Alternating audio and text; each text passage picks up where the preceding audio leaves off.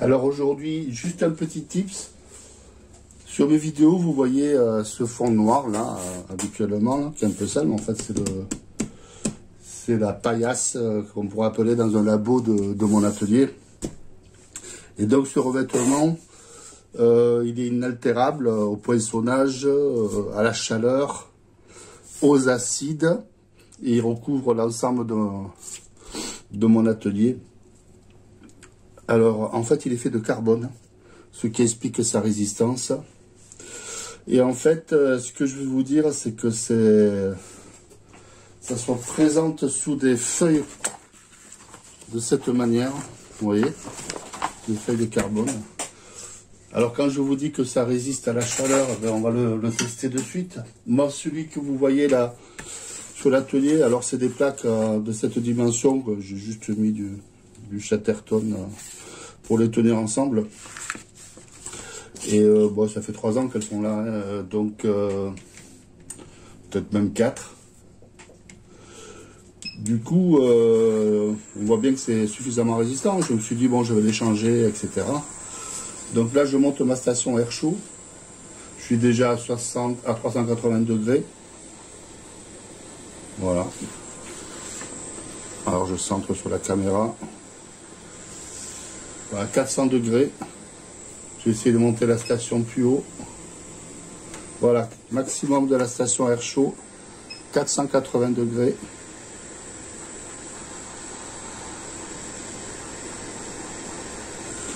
Alors je sais pas si vous voyez bien, mais ça bouge pas, hein. Même pas de déformation, ni rien.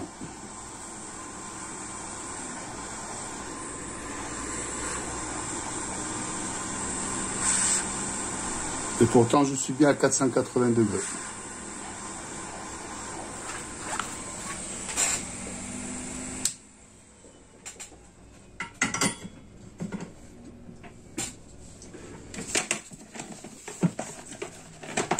On va faire différemment, vous allez voir.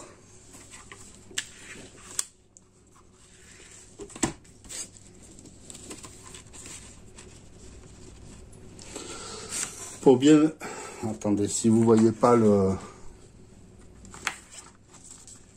Et en plus, vous voyez, c'est pas chaud au contact. Ça refroidit de suite, ça garde pas la chaleur du tout.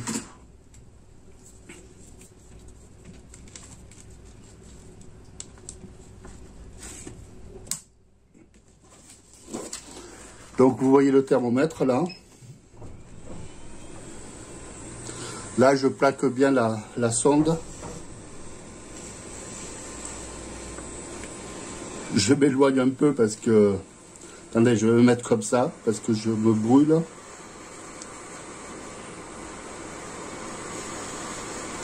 Vous voyez sur le thermomètre, 350.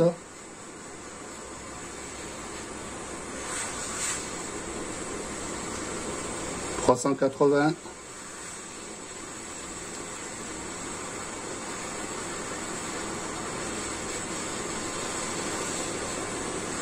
400.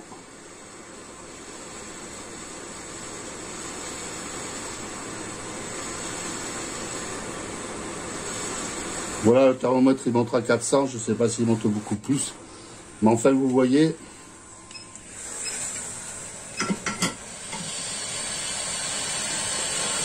Donc regardez, que ce soit dessous c'est pareil, hein, ou que ce soit là, aucune trace. Et c'est à peine chaud dès que vous le touchez.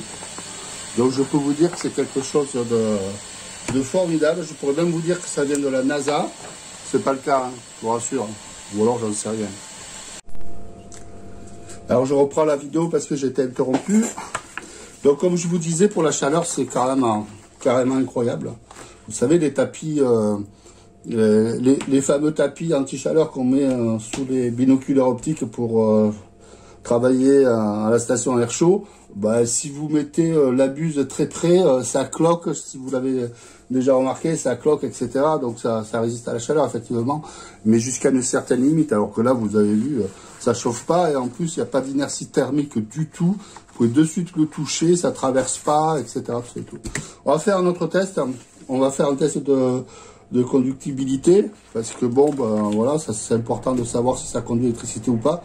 Moi souvent, j'injecte des tensions ou je mesure des tensions d'une carte mère qui est sortie de l'ordinateur portable.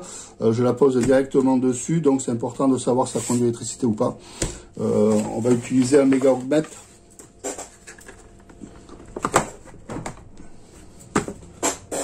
Alors ça c'est un mégaohmètre pas cher, vu l'utilité que j'en ai. Je pense pas que ce soit intéressant d'acheter quelque chose de plus cher. On va déjà mesurer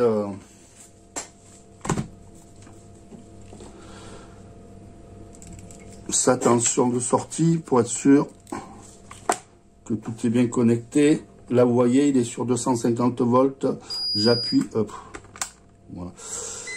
Il est sur 250 volts, j'appuie, voilà, 250 volts. Je le mets sur 500 volts. Voilà, 534 volts. Je le mets sur 1000 volts. Il va se mettre en sécurité, peut-être. J'appuie. Voilà, 1000 volts. Il bip, il se met en sécurité. Ok. Donc, ça fonctionne. Je l'arrête.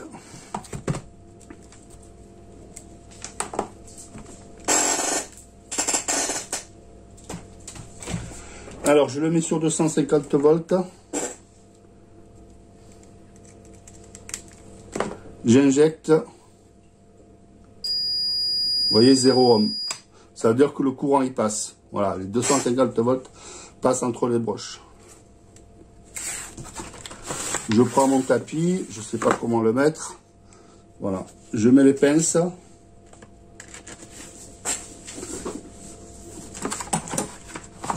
Voilà, je pense que vous voyez à l'écran. Est-ce que vous voyez les deux pinces? Oui. J'injecte. Il passe absolument aucun courant. J'injecte du 500 volts. Il passe aucun courant. Et pourtant, je peux vous dire qu'il passe du courant. Hein. Je remets sur 250. Si je mets ma pince là, vous voyez. Ou alors un autre exemple. Je vais prendre une pince qui me sert à découper les fils.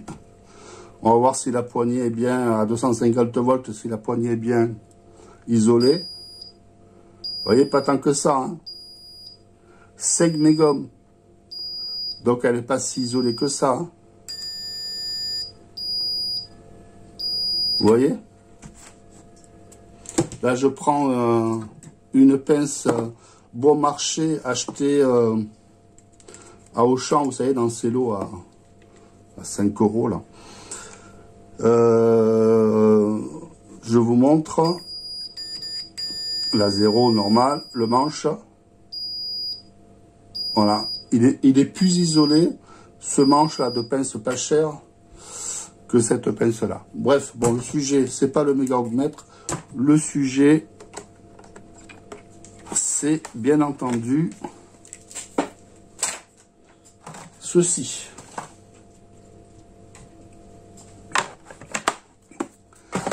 Donc ça conduit pas à la chaleur, ça conduit pas à l'électricité. J'en ai mis partout sur cette surface là, je vous montrerai après. Maintenant, il faut que je vous dise ce que c'est. Alors, vous devez vous dire, mais ça coûte super cher, etc. Et tout. Bon, je pourrais vous dire, oui, ça coûte super cher.